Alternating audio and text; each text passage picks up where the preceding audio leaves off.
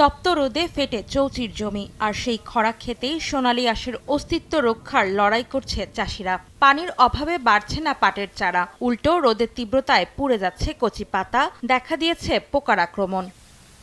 Diesel সংকটে চাষাবাদ নিয়ে বিপাকে পড়েছেন ফরিদপুরের চাষিরা। কৃষকদের দাবি, বরাদ্দ দেয়া তেলের পরিমাণ প্রয়োজনের তুলনায় অপ্রতুল। ডিজেল সরবরাহ নিশ্চিত করা না গেলে চলতি বছরে পাটের ফলনে বিপর্যয়ের শঙ্কা তাদের। তেল যদি না পাই তাহলে কোনো কাজ করবো না। আসি সকাল 8টা 10টা, আইসে পাম্পে এসে তেল পাই না। তেলের জন্য আমাকে ক্ষেত নষ্ট হয়ে যেতেছে, শীষ দিবার পারতেছি না। কৃষি কাট করছে, তাগের 5 লিটার তেল দেয়। সারা বছর বইরাই একটা ক্ষেত করি, সেই ক্ষেতটা যদি আমরা না করে পারি তো আমরা বাঁচুম কেমন? তেলের মানে পাট আমাকে যে রইতো মনে করেন 10 মণ, হ্যাঁ মানে 5 মণ।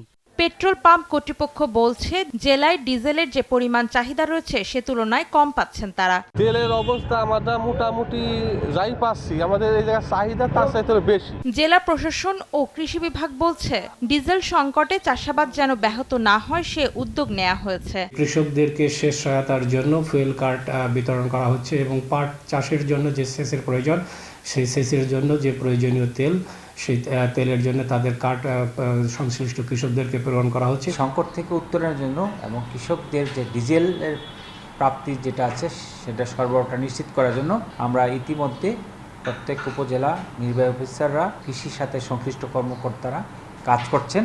চলতি বছর জেলায় পাট আবাদের লক্ষ্যমাত্রা ধরা হয়েছে 87,300 হেক্টর জমিতে, আর উৎপাদন লক্ষ্যমাত্রা ধরা হয়েছে 1,95,000 মেট্রিক টন। সময় সংবাদ, ফরিদপুর।